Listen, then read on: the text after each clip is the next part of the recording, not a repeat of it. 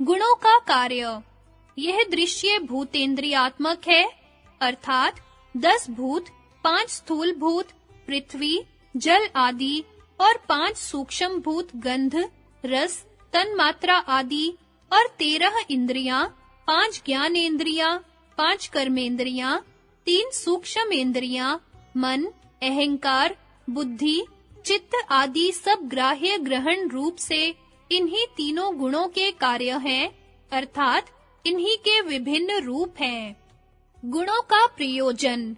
यह त्रिगुणात्मक दृश्य अर्थात भूतेंद्रिय आदि रूप से प्रकृति का परिणाम निष्प्रयोजन नहीं है, किंतु पुरुष के भोग अपवर्ग रूप प्रयोजन वाला है। भोग, उसमें दृष्टा दृश्य के स्वरूप विभाग से रहित इष्ट अनिष्ट गुण स्वरूप का अवधारणा भोग कहलाता है। अपवर्ग, दृष्टा और दृश्य के स्वरूप से विभक्त भोक्ता के स्वरूप का अवधारण अपवर्ग है। उपर्युक्त दोनों प्रकार के भोग भी पुरुष के कल्याणार्थ हैं, अर्थात अपवर्ग दिलाने में सहायक हैं। इसको स्पष्ट किए देते हैं। पहला, भोग, अनिष्ट गुण स्वरूप का अनुभव। कर्माशय का आवरण, कलेशों और संस्कारों का मल जो अविद्या, अविवेक, आसक्ति और सकाम कर्मों के परिणाम रूप चित्त पर चढ़ा लिया गया है, इसके निवारणार्थ मन, इंद्रियों और शरीर आदि का भोग है, जो साधारण रूप से सब प्राणी भोग रहे हैं। भाव यह है कि गुणों के विषम परिणाम का प्रयोजन तो पुरुष को उनका यथार्थ ज्ञान कराकर स्वरूप में अवस्थित कराने का है, पर पुरुष अविद्या, अविवेक, आसक्ति और सकाम कर्मों से चित्त पर कर्माशय आदि का मल चढ़ा लेता है। इस मल के निवारणार्थ जो पुरुष का भोग है, यद्यपि वह अनिष्ट है, तथापि वह भी पुरुष के कल्याणार्थ है, क्योंकि गुणों का यथार्थ ज्ञान दिलाकर स्वरूप में अवस्थित कराने के लिए चित्त से उन मलों का धोना आवश्यक है जो अनिष्ट भोगों द्वारा होता है। दूसरा, इष्ट गुण स्वरूप का अनुभव। इस संपूर्ण दृश्य का गुणों के परिणाम का संप्रज्ञात समाधि द्वारा विवेक पूर्ण तत्व ज्ञान, जो इस दृश्य के भोग का वास्तविक प्रयोजन है, जिसको विवेकी जन भोगते हैं, जिसके पश्चात स्वरूपावस्थिति प्राप्त होती है। अपवर्ग, भोक्ता के स्वरूप का अवधारण स्वरूपावस्थिति है, जो विवेक ख्याति के पश्चात प्राप्त होती है, जो पुरुष का परम प्रयोजन है। इन दोनों दर्शनों अर्थात पुरुष को गुणों का यथार्थ ज्ञान कराने और स्वरूप अवस्थित कराने के अतिरिक्त प्रधान प्रवृत्ति का अन्य कोई तीसरा प्रयोजन नहीं है, जैसा कि श्री व्यास जी महाराज ने पंचशिखाचार्य के सूत्र से अपने भाष्य में दर्शाया है। निश्चय इन तीनों गुणों के कर्ता होते हुए चौथे उनकी क्रियाओं के साक्षी तुल्य अतुल्य स्वभाव वाले अकर्ता पुरुष में प्राप्त कराए सारे भावों को स्वाभाविक देखता हुआ अन्य दर्शन की संभावना नहीं करता। यद्यपि यह भोग अपवर्ग रूप दोनों पुरुषार्थ बुद्धिकृत होने और बुद्धि में ही बरतने से बुद्धि के ही धर्म हैं, तथापि जैसे जय और पराजय योद्धाकृत और योद्धा में वर्तमान होने पर भी उनके स्वामी राजा में कही जाती है, क्योंकि वह उसका स्वामी और उसके फल का भोक्ता है। इसी प्रकार बंध या मोक्ष चित्त में वर्तमान होते हुए भी पुरुष में व्यवहार से कहे जाते हैं, क्योंकि वह बुद्धि का स्वामी और उसके फल का भोक्ता है।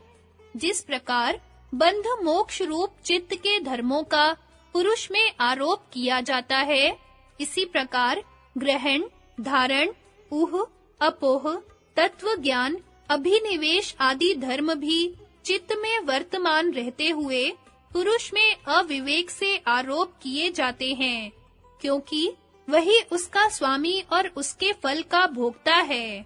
अब दृश्य का स्वरूप कहते हैं। प्रकाशशील सत्व है, क्रियाशील रज है और स्थितिशील तम है। ये गुण परस्पर उपरक्त प्रविभाग है, संयोग विभाग धर्म वाले हैं। एक ने दूसरे के सहारे पर अपना मूर्त रूप भूत आदि और इंद्रिय आदि उपार्जित किया है। परस्पर अंग और अंगी होने पर भी असंभिन्न शक्ति प्रविभाग है। तुल्य जातीय और अतुल्य जातीय शक्ति के भेद से अनुपाती हैं। प्रधान अवस्था के समय उपदर्शित सन्निधान है। गुण होने पर भी व्यापार मात्र से प्रधानतरणीत इनकी सत्ता अनुमित है। पुरुषार्थ कर्तव्य होने से अपने सामर्थ्य का प्रयोग करते हैं। सन्निधि मात्र से उपकारी हैं।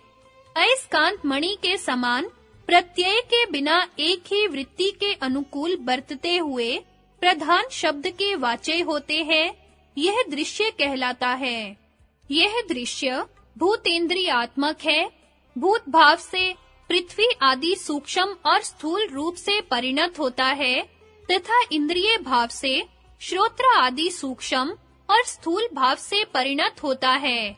और वह निष्प्रयोजन नहीं किंतु प्रयोजन को लेकर प्रवृत्त होता है। अतः वह दृश्य पुरुष के भोगार्थ ही है। उनमें से इष्ट और अनिष्ट गुणों के अविभागपन्न स्वरूप अवधारण भोग है और भोक्ता पुरुष के स्वरूप का अवधारण अपवर्ग है, मुक्ति है। इन दो के अतिरिक्त दर्शन नहीं है। श्री पंचशिखाचार्य कहते हैं, लोक में तीनों गुणों के कर्ता होने पर भी अकर्ता चतुर्थ पुरुष में, जो कि गुणों की क्रियाओं का साक्षी है, बुद्धि से लाए गए सब भावों को मूढ़ युक्ति सिद्धवत देखता हुआ अन्य दर्शनों की शंका भी नहीं करता है, संभावना भी नहीं समझता। शंका ये बुद्धिकृत भोग और अपवर्ग, जो कि बुद्धि में ही वर्तमान है, पुरुष में किस प्रकार कहे जाते हैं? समाधान, जैसे कि विजय और पराजय योद्धाओं में होती है और स्वामी राजा में व्यपदेश से कही जाती है, क्योंकि राजा ही जय पराजय के फल का भोक्ता होता है।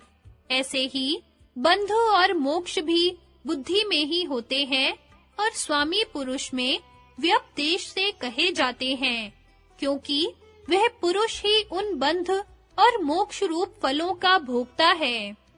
विज्ञान भिक्षु के योग वार्तिक का भाषानुवाद। अब दृष्टा, दृश्य और संयोग इन तीनों के ही स्वरूप को सूत्रकार कहेंगे। उनमें से दृश्य के रूप के प्रतिपादक सूत्र का अवतरण करते हैं।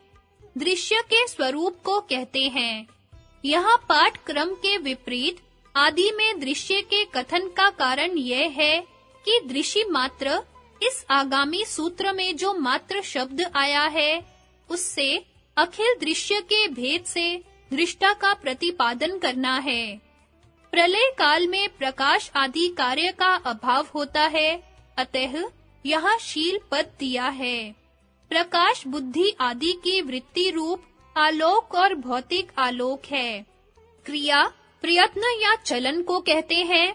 स्थिति प्रकाश और क्रिया से शून्य या प्रकाश क्रिया के प्रतिबंध का नाम है।